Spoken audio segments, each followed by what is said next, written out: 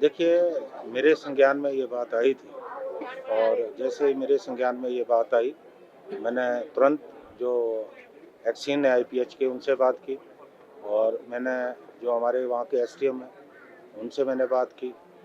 मेरी deputy commissioner महोदय उनसे भी मेरी बात हुई और मैंने स्पष्ट आत्मनिर्भर प्रदेश के पथ पर अग्रसर हिमाचल। कार्यालयों के धक्के खाते बूढ़े कदमों को मिला अब विश्राम। सालों तक भूमि से जुड़े मामलों का अब त्वरित हो रहा समाधान। मुख्यमंत्री ठाकुर सुखविंदर सिंह सुक्खू की अभिनव पहल के आ रहे हैं सुखद परिणाम। प्रदेश में पहली बार किया गया विशेष इंतकाल अदालतों का आयोजन। कहा जाता था कि राजस्व मामले पीढ़ी दर पीढ़ी खत्म नहीं होते।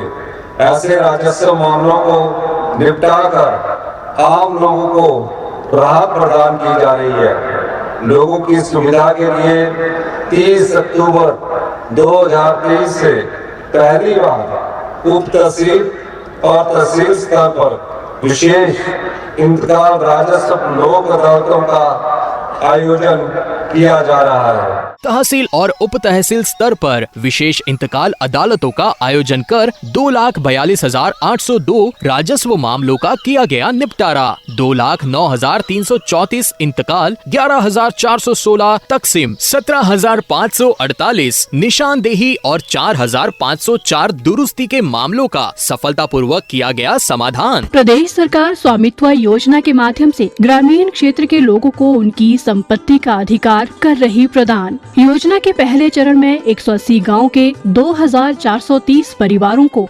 संपत्ति कार्ड प्रदान कर भूमि पर दिया गया कानूनी अधिकार। लंबे समय से लंबित पड़े राजस्व मामलों का समाधान होने से प्रदेश के लोगों को मिली बड़ी राहत। सूचना एवं जनसंपर्क विभाग हिमाचल प्रदेश सरकार द्वारा जनहित में जारी। तौर पे ये बात कही, ऑन रिकॉर्ड कही, क्योंकि जब मैं ठेव गया था तो मीडिया के लोगों से मेरी बात हुई, उन्होंने भी ये मेरे ध्यान में बात लाई।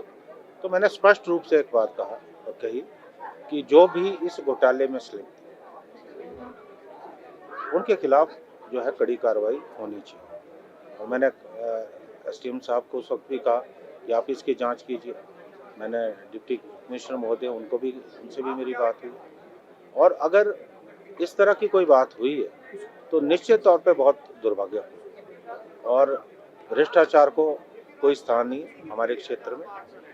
निश्चित तौर पे अभी तो जांच होगी, जांच के बाद जो भी रिपोर्ट आएगी उस रिपोर्ट के तहत जो भी कार्रवाई होगी वो कार्रवाई होगी और बड़ी सख्ती से हम जो है सख्ती से जो भी जांच की रिपोर्ट आएगी हम उसको जो है लागू करेंगे और दोषियों के खिलाफ जो है कड़ी कार्रवाई।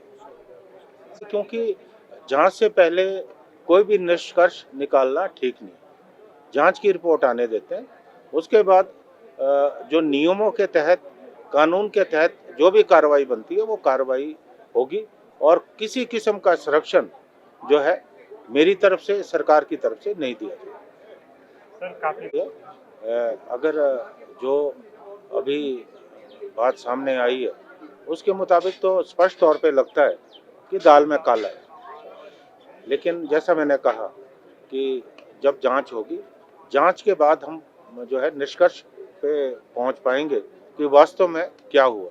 लेकिन प्राइमा फेसाई मुझे लगता है कि कहीं ना कहीं जो है बहुत बड़ा घोटाला हुआ।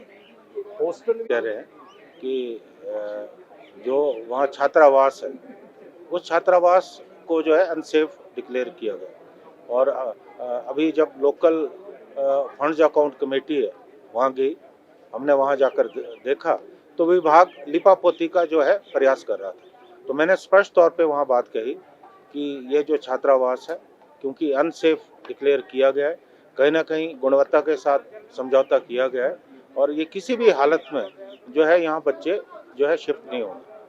अभी जो लोकल फंड्स अकाउंट कमेटी है उस कमेटी के संज्ञान में ये मामला है और अभी हमने जो हिमुडा के डायरेक्टर है उनको हमने कमेटी ने तलब किया और यहाँ भी जो है बहुत बड़ी कार्रवाई होने वाली है।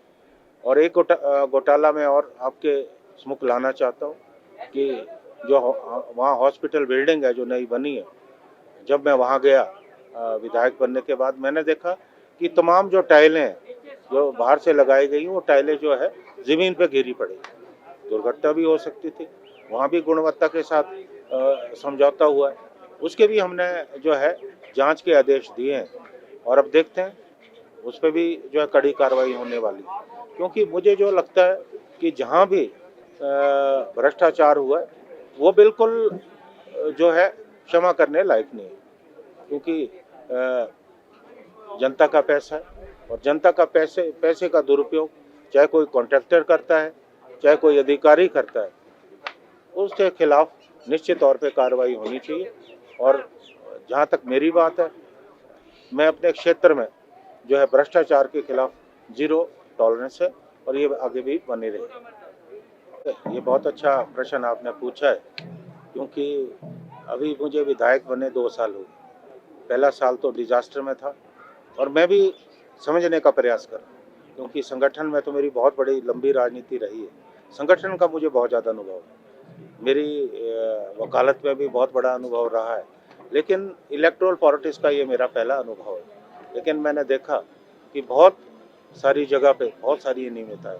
मैंने जो हमारे BDO हैं उनको भी मैं हमेशा कहता हूँ कि अगर कहीं पंचायत स्तर पे कोई अनियमितता है या पैसे का दुरुपयोग हो रहा है, ऐसे लोगों के खिलाफ जो है कार्रवाई होनी चाहिए।